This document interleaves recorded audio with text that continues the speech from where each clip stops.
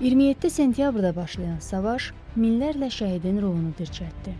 Xalqın içindəki intiqam atəşini alova çevirdi. Azərbaycan əskəri təkcə düşmənə deyil, illərlə qurulan sədlərə, səssizliyin içində gizlənmiş ədalətsizliyə qalib gəldi. İkinci Qarabağ müharibəsi vətənin öz övladlarını sınağa çəkdiyi, şəhidlərin qanı ilə zəfərin tarixə yazıldığı bir millət imtahanı idi. Bu qəhrəman hərbiçilərimizdən biri də Bayramov Ramin Hüseynəğaoğludur.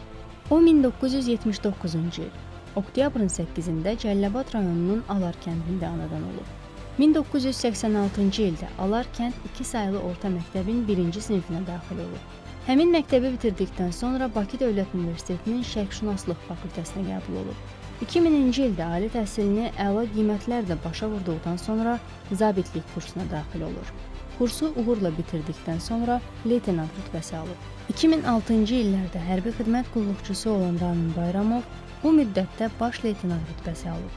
Sonda zabit kimi ehtiyata buraxılıb. Ramin Bayramov artıq sentyabrın 28-də ön cəbhədə döyüşlərə qoşulur.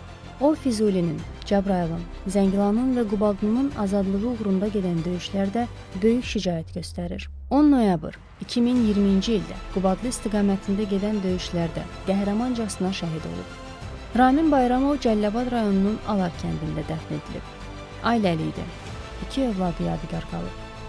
Azərbaycanın ərazi bütövlüyünün təmin edilməsi uğrunda döyüş əməliyyatlarına qatılan və hərbi hissə qarşısında qoyulmuş tapşırıqların icrası zamanı vəzifə borcunu şərəflə yerinə yetirdiyi üçün Azərbaycan Prezidenti İlham Əliyevin sərəncamlarına əsasən Ramin Bayramov ölümündən sonra vətən uğrunda Cəbrayılın, Qubadlının azad olunmasına görə və igidliyə görə medalları ilə təltif edilib.